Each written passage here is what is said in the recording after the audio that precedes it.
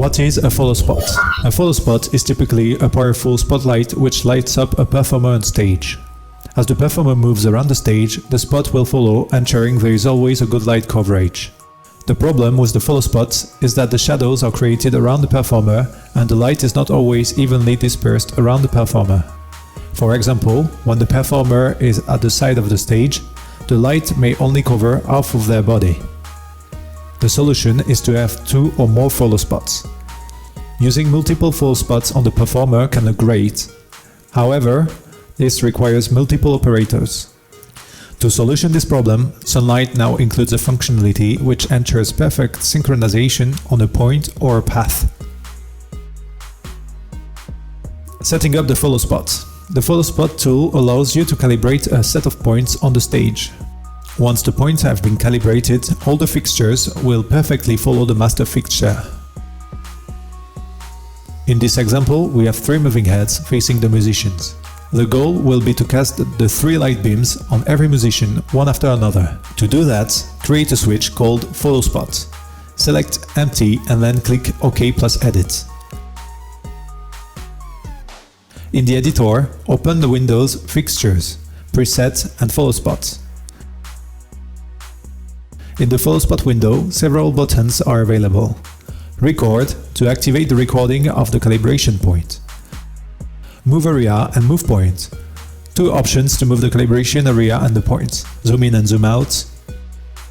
The icon plus and minus will add or remove a calibration point. The arrows allow you to jump from one calibration point to another. Select the moving heads and adjust the iris size to the minimum to make a precise targeting.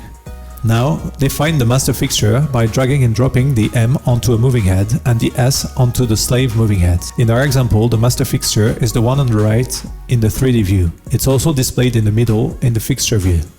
Click on the record buttons to start the calibration of the points. In our example, we'll choose the 4 corners of the stage and 2 points at the center.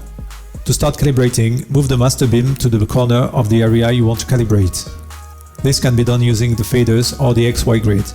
Then, move the slave beams to the same point, ensuring they are all in the same quadrant of the XY grid.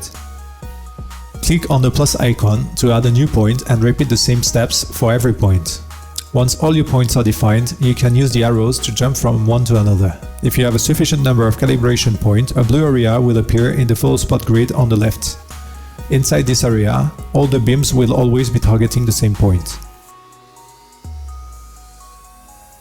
You can now only select your master fixture and move it. As you can see, all the slave moving heads are targeting the same point, even though they are not triggered manually. The third button on the left allows you to close the shutter when moving out of the blue area.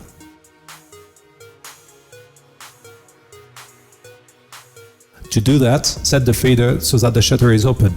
Tick the min box, then set the fader so that the shutter is closed.